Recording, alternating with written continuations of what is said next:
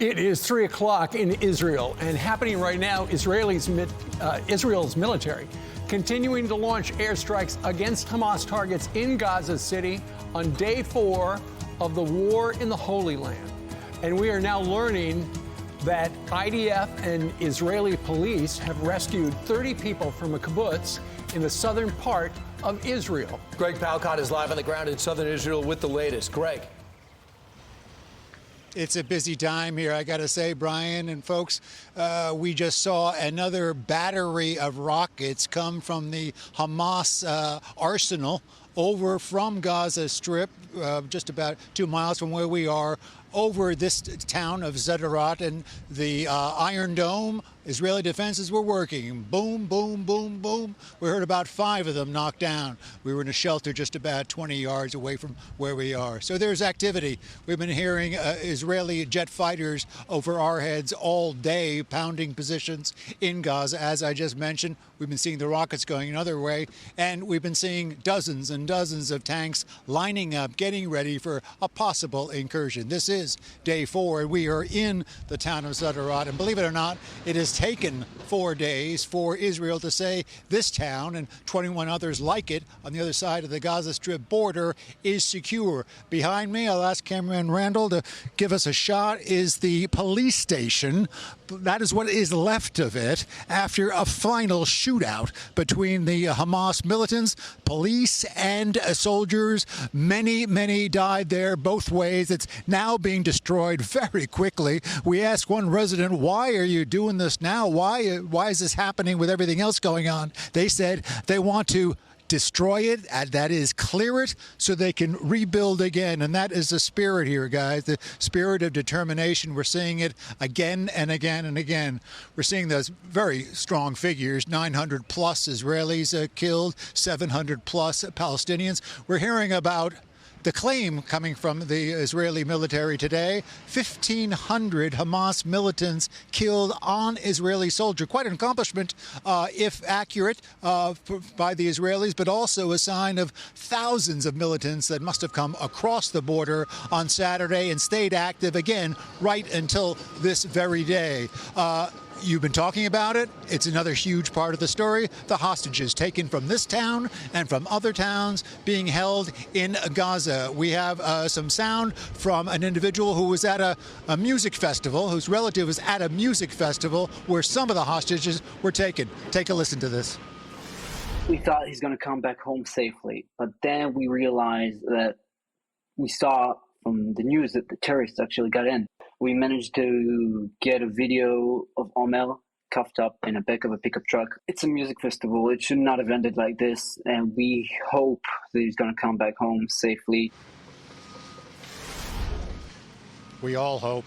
The U.S., of course, it doesn't need to be said, but I will say it has a big stake in what's going on here. At least 11 American citizens killed in part of that death toll, and several, it is believed, Americans being held hostage. So State Department, Washington, of course, watching this closely as well, and the Pentagon giving assistance, munitions being flown in, and ships coming off the coast, off the Mediterranean coast, a sign of strength, a show of support, really, by the United States for Israel.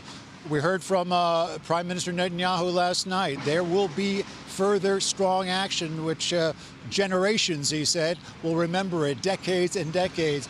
We will see what that action will be. Will it be more strikes? Will it be the overland massive incursion that many people think might happen? We're seeing a lot of activity here. Yes, we're seeing that destruction, but we're seeing a lot of current-day war activity right now, right here. Back to you guys. Hey, Greg, I know everyone's focused on Gaza. I've heard about skirmishes in the north with Hezbollah. Can you expand on that? Do you hear about any military movements up there that would make this a two-front war? Brian, that is the big fear, that this becomes a multi-front war. And Hezbollah has been careful. That is the militant group based in southern Lebanon. Hezbollah has been careful to not completely commit, but there have been individuals that have come across, either associated with Hezbollah or other militant groups. 2 have been killed, 1 have been captured, and they have struck bases in the north. And the Israeli army has sent loads of tanks up there. So that is the fear.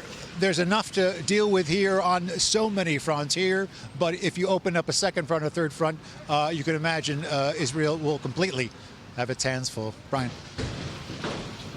Lawrence? Some reporting done that Hamas, when they were firing missiles, that they were mixing the batch of missiles with these missiles that really couldn't do any damage to overwhelm the Iron Dome. Are they still doing that? They certainly are. I mean, again, in the last 20 minutes, we've had a taste of it. We heard the Iron Dome in action, knocking down about 5 or 6 rockets coming from Hamas. And we were talking to a photographer we were with, said, 5, yeah. Have you seen 300 come across? I said, well, not in this time, I haven't. He said he's seen 300 come at the same time. And basically, even with crude missiles, you can swamp the very, very sophisticated defenses of the Iron Dome, and that's exactly what they did, and that was part of the destruction, especially in the first few days. And Hamas is keeping at it. We can tell you, we have experience from today. Back to you. Greg, I know the border is secure, and there have been 1,500. You were reporting 1,500 Hamas terrorists that were killed in Israel. Any word on if there are more Hamas fighters there in Israel? Again, the Israeli military this morning said they had absolutely secured towns like this and other towns. They were confident about that. They said in a few hours we will secure the whole area. So they were thinking about some remnant militants. But I think what we saw, not just on Saturday, but on Sunday too, a large number of not just militants, but reinforcement for militants coming over. That has been clamped down. This place is a military zone right now. Again, we were about 3 miles away on the main road that heads right into the Gaza Strip, and we saw maybe about 30 or 40 tanks lined up, ready to go if the message comes through from the Prime Minister, from the government to move forward. Careful stuff, though. Back to you. And speaking of the government, Greg, we have just heard from the IDF that IDF fighters have killed a number of armed terrorists in the one beach area a short time ago, and more details are going to be coming up very shortly. But you were mentioning the hostages, who are essentially human shields because they're being held somewhere in Gaza. Hamas has said we're going to kill 1 hostage at a time unless we are notified that you are going to bomb a building. And overnight, the IDF hit 200 targets in Gaza. They hit a weapons storage site, which was in a mosque. They hit an apartment used by Hamas's anti-tank guided missile forces and a high-rise tower used by Hamas as well. And apparently, it sounds like the residents were notified via social media just before the strike. So social media, it sounds like, is the front wave of how they're notifying people. Yeah, social media, one way. A couple of years ago, it was actually cell phone messages, but now they graduated to that. But yeah, Israel does make a point of that, either saying an exact building or an area, and that is in part addressing those blood-curdling messages that we heard from Hamas last night about the potential deaths of the hostages. There were claimed to be 3 or 4 hostages killed in a strike by Israel, but we have no confirmation of that. It's a terribly gray zone right here now as the war continues.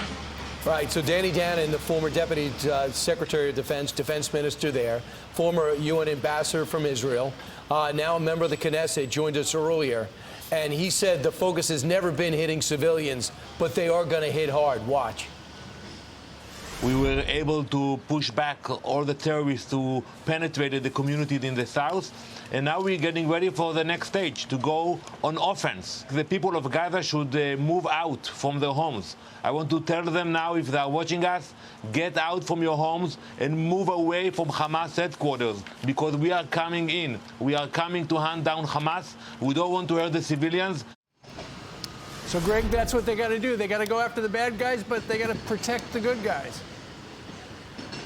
That's what they're saying, and those are some strong words that you just played there, guys. The problem is there's 2.3 million people living in Gaza and the Gaza Strip, just about the size geographically of New York City. So very crowded, no shelters, a difficult way to get out of that strip, and they are to some degree being hit very, very hard. There are scenes that we have been shown of the damage that's been done by Israel. It's hitting Hamas, but it's hitting people around Hamas too. It must be said. Strong scenes and strong words coming from both sides, guys. Indeed. Thank you. Thank you so much, Greg. I'm Steve Doocy. I'm Brian Kilmeade. And I'm Ainsley Earhart. And click here to subscribe to the Fox News YouTube page to catch our hottest interviews and most compelling analysis.